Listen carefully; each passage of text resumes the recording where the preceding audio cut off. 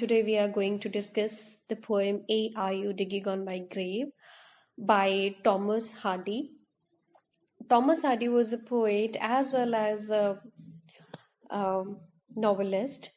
ਤੇ ਉਹਦੇ ਬਹੁਤ ਸਾਰੇ ਫੇਮਸ ਨੋਵਲ ਨੇ like Mayor of Casterbridge, Tess, Jude the Obscure. Basically, Tess, The Pure Women and Jude the Obscure, ਜੇ ਤੁਸੀਂ ਇਹਨਾਂ novels ਨੂੰ ਪੜ੍ਹੋ ਜਾਂ ਇਹਨਾਂ novels ਬਾਰੇ ਪੜ੍ਹੋ ਤਾਂ ਤੁਹਾਨੂੰ ਪਤਾ ਲੱਗੂਗਾ ਕਿ why he was different from all other writers of the era. Because Tess ਦੇ ਵਿੱਚ ਵੀ ਜਿਵੇਂ ਇੱਕ ਔਰਤ ਦੀ representation ਹੈ normally ਉੱਦਾਂ ਇੱਕ ਔਰਤ ਦੀ representation ਨਹੀਂ ਹੁੰਦੀ. And Jude the Obscure ਉਹਦਾ last novel ਸੀਗਾ because ਇਹਦੇ 'ਚ ਐਕਸਟਰਾ ਮੈਰਿਟਲ ਅਫੇਅਰ ਦੀ ਗੱਲ ਕੀਤੀ ਗਈ ਹੈ. ਹਾਲਾਂਕਿ ਐਂਡ ਤੇ ਜਾ ਕੇ ਉਹਨੇ ਜਸਟੀਫਾਈ ਕਰਨ ਦੀ ਕੋਸ਼ਿਸ਼ ਕੀਤੀ ਹੈ ਸੋਸਾਇਟੀ ਦੇ ਨਾਲ, ਬਟ ਸਟਿਲ ਉਸ ਟਾਈਮ ਤੇ ਕਿਸੇ lady the out of marriage ਉਹਦੇ ਬੱਚੇ ਹੋਣੇ ਵਾਜ਼ ਅ ਕਾਈਂਡ ਆਫ ਟੈਬੂ ਸੀਗਾ, ਅਜੇ ਵੀ ਹੈ ਨੋ ਡਾਊਟ, ਬਟ ਉਸ ਟਾਈਮ ਤੇ ਉਹ ਇੱਕ ਟੈਬੂ ਸੀਗਾ ਤੇ ਉਹਨੂੰ ਲਿਖਣਾ ਪ੍ਰਿੰਟ ਫਾਰਮ ਦੇ ਵਿੱਚ ਪਬਲਿਕ ਨੂੰ ਪ੍ਰੈਜ਼ੈਂਟ ਕਰਨਾ ਵਾਜ਼ ਨਾਟ accepted by the society. So ਉਸ ਟਾਈਮ ਤੇ ਇਹਦੇ novels ਦੀਆਂ ਬਹੁਤ ਸਾਰੀਆਂ ਕਾਪੀਜ਼ ਸਾੜੀਆਂ ਗਈਆਂ ਸੀ. ਉਸ ਤੋਂ ਬਾਅਦ ਜੂਡ ਦ ਅਬਸਕਿਓਰ ਤੋਂ ਬਾਅਦ ਇਹਨੇ ਕੋਈ novel ਨਹੀਂ ਲਿਖਿਆ ਸੀਗਾ ਇਸ ਰੀਜ਼ਨ ਦਾ ਕਰਕੇ ਜੋ ਵੀ ਹੋਇਆ. ਬਟ ਪਰਸਨਲੀ ਜੂਡ ਦ ਅਬਸਕਿਓਰ ਜੇ ਤੁਸੀਂ ਦੇਖੋ ਤਾਂ ਇਹ ਬੰਦੇ ਦਾ ਆਪਣੇ ਫੇਟ ਨਾਲ ਜਿਹੜੀ ਲੜਾਈ ਚੱਲਦੀ ਉਹਦੇ ਬਾਰੇ, ਔਰ ਵੈਸੇ ਬੇਸਿਕਲੀ ਬਹੁਤ ਟ੍ਰੈਜਿਕ ਜਿਹਾ ਨਾਵਲ ਹੈਗਾ ਜੇ ਤੁਸੀਂ ਇਹਨੂੰ ਪੜ੍ਹੋ ਤੇ. ਯੂਨੀਵਰਸਿਟੀਜ਼ ਦੇ ਵਿੱਚ ਅੱਜ ਕੱਲ੍ਹ ਲੱਗਿਆ ਹੋਇਆ ਹੈ, ਗੁਰੂ ਨਾਨਕ ਦੇਵ ਯੂਨੀਵਰਸਿਟੀ ਦੇ ਵਿੱਚ, ਬਹੁਤ ਸਾਰੀਆਂ ਯੂਨੀਵਰਸਿਟੀਜ਼ ਦੇ ਵਿੱਚ in fact.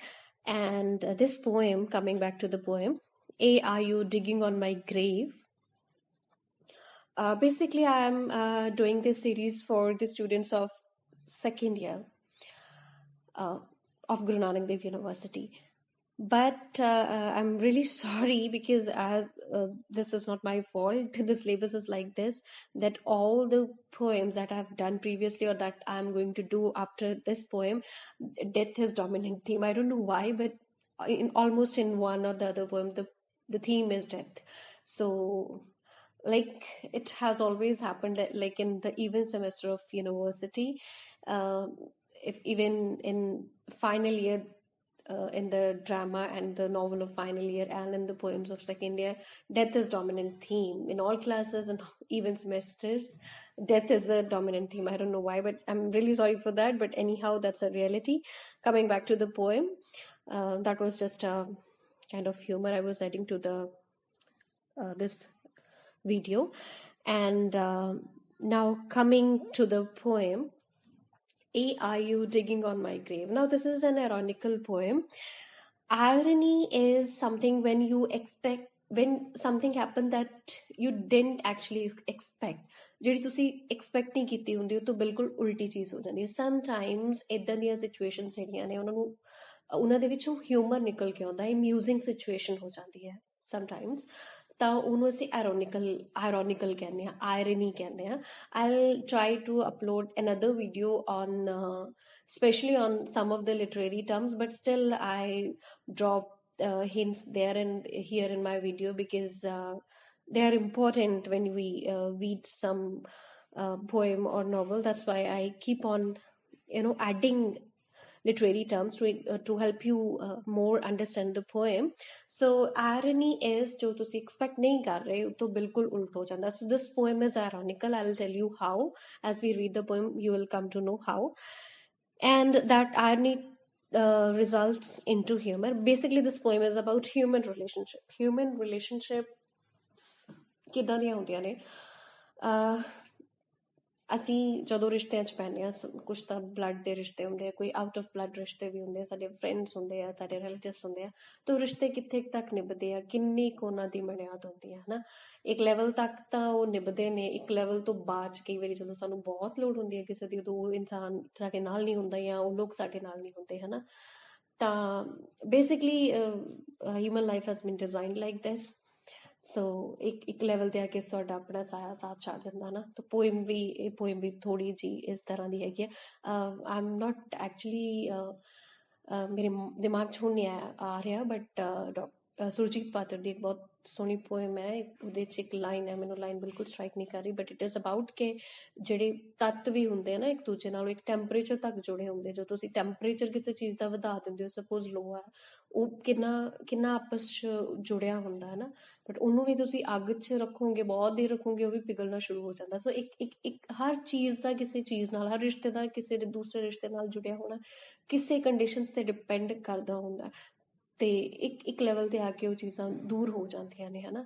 ਜਿਵੇਂ ਅਸੀਂ ਸਾਇੰਸ 'ਚ ਪੜ੍ਹਦੇ ਹਾਂ ਕਿ ਜਿੱਦਾਂ ਜਿੱਦਾਂ ਟੈਂਪਰੇਚਰ ਕਈਆਂ ਚੀਜ਼ਾਂ ਦਾ ਵੱਧਦਾ ਜਾਂਦਾ ਹੈ ਤਾਂ ਐਕਸਪੈਂਡ ਹੋਣੀਆਂ ਸ਼ੁਰੂ ਹੋ ਜਾਂਦੀਆਂ। ਪਹਿਲਾਂ ਮੋਲੀਕਿਊਲਸ ਬੜੇ ਟਾਈਟਲੀ ਪੈਕਡ ਹੁੰਦੇ ਆ, ਐਟਮਸ ਔਰ molecule, sorry I am not a science student so I don't know what you call that, but ਕਈ ਵਾਰੀ ਚੀਜ਼ਾਂ ਬਹੁਤ ਟਾਈਟਲੀ ਪੈਕਡ ਹੁੰਦੀਆਂ, ਬਟ ਫਿਰ ਜਦੋਂ ਸੇਕ ਲੱਗਦਾ ਤਾਂ ਬਹੁਤ ਪਿਘਲ ਜਾਂਦੀਆਂ ਉਹਨਾਂ ਦੇ ਮੋਲੀਕਿਊਲਸ ਔਰ ਐਟਮਸ ਯੂ ਕਾਲ, ਉਹ ਐਕਸਪੈਂਡ ਕਰਦੇ ਆ। ਸਿਮਿਲਰਲੀ ਹਿਊਮਨ ਰਿਲੇਸ਼ਨਸ਼ਿਪਸ ਇੱਕ ਲੈਵਲ ਤੱਕ ਨਿਭਦੀਆਂ ਨੇ, ਇਸ ਤੋਂ ਅੱਗੇ ਉਹ ਨਹੀਂ ਨਿਭ ਸਕਦੀਆਂ ਹੁੰਦੀਆਂ। That's really a long introduction.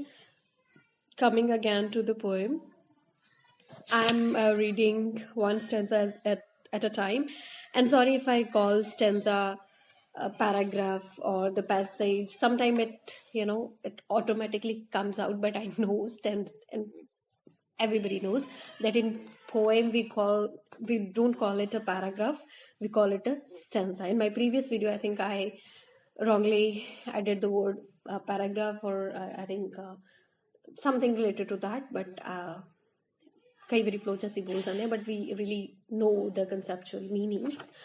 So are you digging on my grave, my loved one, planting grew? No, yesterday he went to wed, one of the brightest wealth has bred. It cannot hurt her now, he said that I should not be true. Basically poem dialogue ਹੈ, ਇਹਦੇ 'ਚ ਦੋ ਜਾਣੇ ਨੇ।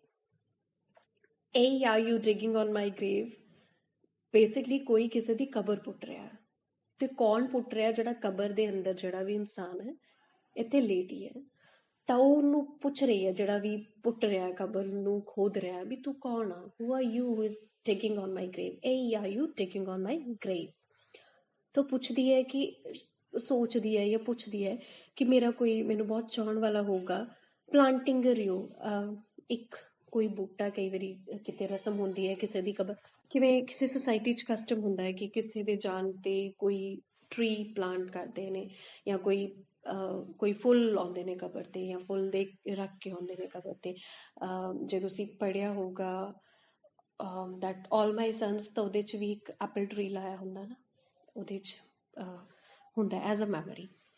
ਸੋ ਪੁੱਛ ਰਹੀ ਹੈ ਕਿ ਸ਼ਾਇਦ ਮੇਰੀ ਯਾਦ ਦੇ ਵਿੱਚ ਕੋਈ ਰਿਊ ਲਾਉਣਾ ਹੈ। ਰਿਊ ਬੇਸਿਕਲੀ ਇੱਕ ਪੌਦਾ ਜਿਹੜਾ ਬਿਟਰ ਹੁੰਦਾ, ਮਤਲਬ ਬਿਟਰ ਕੌੜਾ, ਮਤਲਬ ਮੌਤ ਇੱਕ ਕੌੜਾ ਸੱਚ ਆ, ਸੈਡਨੈਸ ਨੂੰ ਡਿਨੋਟ ਕਰਦਾ, ਤਾਂ ਕੋਈ ਲੋਕ ਕਬਰ 'ਤੇ ਉਹ ਲਾਉਂਦੇ ਨੇ। No, yesterday he went to wed, one of the brightest wealth has bred. ਤਾਂ ਅੱਗੋਂ ਜਵਾਬ ਮਿਲਦਾ, ਨਹੀਂ ਤੇਰਾ ਲਵਡ ਵਨ ਨਹੀਂ ਹੈ, ਬਿਕਾਜ਼ ਉਹਨੇ ਤਾਂ ਕੱਲ ਵਿਆਹ ਕਰਵਾ ਲਿਆ ਕਿਸੇ ਬਹੁਤ ਵੈਲਦੀ ਲੇਡੀ ਦੇ ਨਾਲ। It cannot hurt her now, he said that I should not be true. ਤੇ ਉਹਦਾ ਜਵਾਬ ਇਹ ਸੀਗਾ ਵੀ ਹੁਣ ਤਾਂ ਉਹਨੂੰ ਹਰਟ ਨਹੀਂ ਹੁੰਦਾ ਹੋਊਗਾ ਕਿ ਮੈਂ ਉਹਦੇ ਨਾਲ ਟਰੂ ਨਹੀਂ ਹਾਂ, ਬਿਕਾਜ਼ ਉਹਦੀ ਡੈਥ ਹੋ ਗਈ ਹੈ। ਹੁਣ ਡੈਥ ਤੋਂ ਬਾਅਦ ਜਿਹੜਾ ਬਚ ਗਿਆ ਉਹਨੇ ਤਾਂ ਜ਼ਿੰਦਗੀ ਜੀਣੀ ਹੈ ਨਾ। Then who is digging on my grave, my nearest dearest kin? ਫਿਰ ਅਗਲਾ ਸਵਾਲ, ਹੋਰ ਕੌਣ ਹੋ ਸਕਦਾ ਹੈ? ਮੇਰਾ ਕੋਈ ਰਿਸ਼ਤੇਦਾਰ, ਮੇਰਾ ਕੋਈ ਭੈਣ ਭਰਾ? No, they sit and think, what use, what good will planting flowers produce?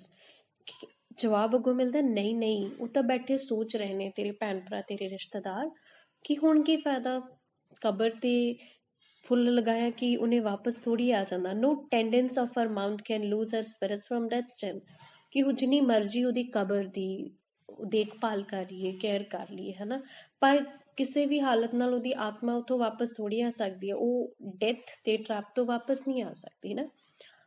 Next, but someone digs upon my grave, my enemy, prodding sly. ਪਰ ਉਹ ਕਹਿੰਦੀ ਕੋਈ ਤਾਂ ਹੈ ਜਿਹੜਾ ਮੇਰੀ ਗ੍ਰੇਵ ਨੂੰ ਲਗਾਤਾਰ ਖੋਦ ਰਿਹਾ।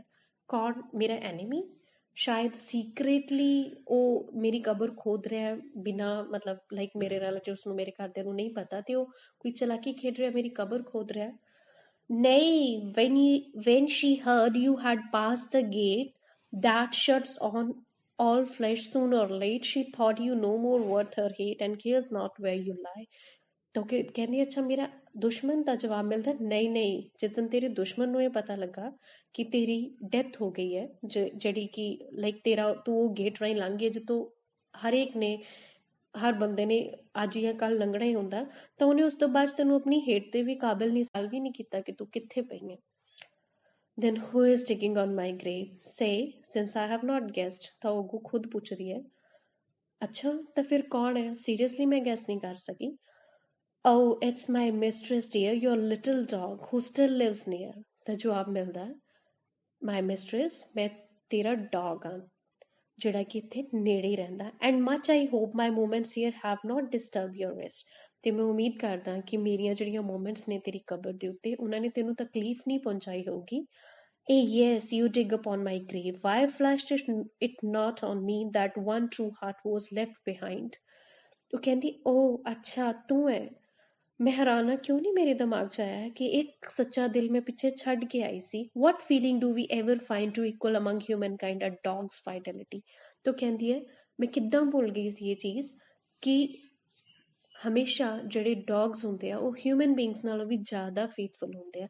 ਅੱਜ ਤੱਕ ਡੌਗ ਤੋਂ ਫੇਥਫੁਲ ਸਾਨੂੰ ਕੋਈ ਨਹੀਂ ਮਿਲਿਆ। ਮੈਂ ਕਿੱਦਾਂ ਇਹ ਚੀਜ਼ ਭੁੱਲ ਗਈ? ਅੱਗੋਂ ਜਵਾਬ ਮਿਲਦਾ mistress I Doug upon your grave to bury a bone in case I should be hungry near this spot when passing on my daily trot। ਤਾਂ ਉਹ ਅੱਗੋਂ ਜਵਾਬ ਦੇ ਰਿਹਾ my dear mistress, ਮੈਂ ਤੇਰੀ ਗ੍ਰੇਵ ਨੂੰ ਤਾਂ ਖੋਦ ਰਿਹਾ ਕਿਉਂਕਿ ਮੈਂ ਇਹਦੇ 'ਚ ਇੱਕ ਹੱਡੀ ਦੱਬਣੀ ਸੀਗੀ ਤਾਂ ਕਿ ਜਦੋਂ ਮੈਂ ਇੱਧਰ ਦੀ ਲੰਘਾਂ ਅਤੇ ਮੈਨੂੰ ਕਦੀ ਭੁੱਖ ਲੱਗੀ ਹੋਵੇ ਤਾਂ ਮੈਂ ਇਹਨੂੰ ਖੋਦ ਕੇ ਦੁਬਾਰਾ ਇੱਥੋਂ ਖਾ ਲਵਾਂ। I am sorry but I quite forgot it was your resting place। ਤਾਂ ਫਿਰ ਉਹ ਕਹਿੰਦਾ ਆਮ ਸੌਰੀ, ਮੈਨੂੰ ਬਿਲਕੁਲ ਯਾਦ ਭੁੱਲ ਗਿਆ ਸੀਗਾ ਕਿ ਇਹ ਤੇਰੀ ਕਬਰ ਹੈ ਅਤੇ ਤੂੰ ਇੱਥੇ ਰੈਸਟ ਕਰ ਰਹੀ ਹੋਏਗੀ। ਮਤਲਬ ਕਿ ਜਿਹੜਾ ਡੌਗ ਵੀ ਹੈ ਉਹਨੇ ਵੀ ਇਸ ਲਈ ਨਹੀਂ ਉਹਨੂੰ ਯਾਦ ਕੀਤਾ ਕਿ ਉਹਦੀ ਮਿਸਟਰੈਸ ਸੀਗੀ। ਉਹ ਤਾਂ ਆਪਣਾ ਕੰਮ ਕਰ ਰਿਹਾ ਸੀ, ਇੱਕ ਹੱਡੀ ਨੂੰ ਉਹ ਦੱਬ ਰਿਹਾ ਸੀ ਤਾਂ ਕਿ ਉਹਦੇ ਲੋੜ ਪੈਣ 'ਤੇ ਕੰਮ ਆ ਸਕੇ। ਸੋ ਬੇਸਿਕਲੀ ਇਹ ਸਾਡੇ ਰਿਸ਼ਤਿਆਂ ਦੀਆਂ ਸੱਚਾਈਆਂ ਹੁੰਦੀਆਂ ਨੇ। ਜਿਹੜੇ ਰਿਸ਼ਤੇ ਸਾਨੂੰ ਬੜੇ ਗਹਿਰੇ ਲੱਗਦੇ ਨੇ ਉਹ ਸਾਡੀ ਮੌਤ ਤੋਂ ਬਾਅਦ ਇੰਨੇ ਕੁ ਨਿਭਦੇ ਨੇ। ਕਈ ਵਾਰੀ ਮੌਤ ਤੋਂ ਪਹਿਲਾਂ ਰੰਗ ਦਿਖ ਜਾਂਦੇ ਨੇ, ਕਈ ਵਾਰੀ ਡਾਰਕ ਟਾਈਮਸ ਦੇ ਉੱਤੇ ਜਦੋਂ ਅਸੀਂ ਬਹੁਤ ਮੁਸ਼ਕਿਲ 'ਚ ਹੋਈਏ ਉਦੋਂ ਰਿਸ਼ਤਿਆਂ ਦਾ ਸੱਚ ਸਾਹਮਣੇ ਆ ਜਾਂਦਾ। ਸੋ ਬੇਸਿਕਲੀ ਇਹ ਆਇਰਨੀ ਹੈ। ਉਹਨੂੰ ਲੱਗ ਰਿਹਾ ਸੀਗਾ ਕਿ ਉਹਦਾ ਕੋਈ ਫਰੈਂਡ, ਸਭ ਤੋਂ ਪਹਿਲਾਂ ਉਹਨੂੰ ਆਪਣੇ ਲਵਰ ਦਾ ਖਿਆਲ ਆਇਆ ਕਿ ਉਹ ਆਇਆ ਹੋਊਗਾ ਮੇਰੀ ਕਬਰ 'ਤੇ। ਫਿਰ ਉਹਨੂੰ ਖਿਆਲ ਆਇਆ ਕਿ ਮੇਰਾ ਕੋਈ ਰਿਸ਼ਤੇਦਾਰ, ਮੇਰਾ ਭੈਣ ਭਰਾ ਆਇਆ ਹੋਊਗਾ। ਫਿਰ ਇਹ ਵੀ ਨਹੀਂ ਹੋਏ ਤਾਂ ਉਹਨੂੰ ਲੱਗਾ ਦੁਸ਼ਮਣ ਹੋ ਸਕਦਾ ਮੇਰੀ ਕਬਰ ਨਾਲ ਖਿਲਵਾੜ ਕਰਨ ਆਇਆ। ਫਿਰ ਇਹਨੂੰ ਡੌਗ ਦੱਸਦਾ ਕਿ ਨਹੀਂ ਇਹ ਤਾਂ ਮੈਂ ਹਾਂ। ਤਾਂ ਉਹਨੂੰ ਬੜੀ ਦਇਆ ਆਉਂਦੀ ਹੈ, ਬੜਾ ਪਿਆਰ ਆਉਂਦਾ ਆਪਣੇ ਕੁੱਤੇ 'ਤੇ ਕਿ ਹਾਂ ਇਹ ਮੇਰੇ ਨਾਲ ਨਿਭਿਆ, ਪਰ ਉਹ ਵੀ ਇੱਕ ਹੱਡੀ ਦੇ ਲਾਲਚ ਨੂੰ ਉੱਥੇ ਆਇਆ ਸੀ। ਸੋ ਇੱਦਾਂ ਦੇ ਹੁੰਦੇ ਨੇ human relationships. Actually life has been designed like ਦਿਸ ਕਿ ਜਿੱਥੇ ਅਸੀਂ ਸੈਲਫਿਸ਼ ਹੋ ਜਾਂਦੇ ਹਾਂ ਜਾਂ ਸਾਨੂੰ ਸੈਲਫਿਸ਼ ਹੋਣਾ ਪੈਂਦਾ। ਸੋ ਦਿਸ ਵਾਜ਼ ਦ ਪੋਇਮ। ਅਤੇ ਆਇਰੋਨਿਕਲ ਦਾ ਆਈ ਹੋਪ ਕਿ ਮੈਂ ਮੀਨਿੰਗ ਕਲੀਅਰ ਕਰ ਸਕੀ ਹਾਂ ਕਿ ਜੋ ਸਿਚੁਏਸ਼ਨ ਤੁਸੀਂ ਐਕਸਪੈਕਟ ਕਰ ਰਹੇ ਹੁੰਦੇ ਉਹ ਨਹੀਂ ਹੁੰਦੀ, ਉਹ ਤੋਂ ਬਿਲਕੁਲ ਉਲਟਾ ਹੋ ਜਾਂਦਾ। ਅਤੇ ਸਮ ਟਾਈਮ ਆਇਰੋਨਿਕਲ ਸਿਚੁਏਸ਼ਨ ਹੋਣ ਦੇ ਨਾਲ ਹਿਊਮਰ ਨਿਕਲਦਾ, ਇਹਦੇ 'ਚੋਂ ਹਾਸਾ ਨਿਕਲ ਕੇ ਬਾਹਰ ਆਉਂਦਾ ਹੈ ਕਿ ਉਹ ਕੀ ਐਕਸਪੈਕਟ ਕਰ ਰਹੀ ਸੀ ਅਤੇ ਉਹਦੇ ਨਾਲ ਕੀ ਹੋਇਆ।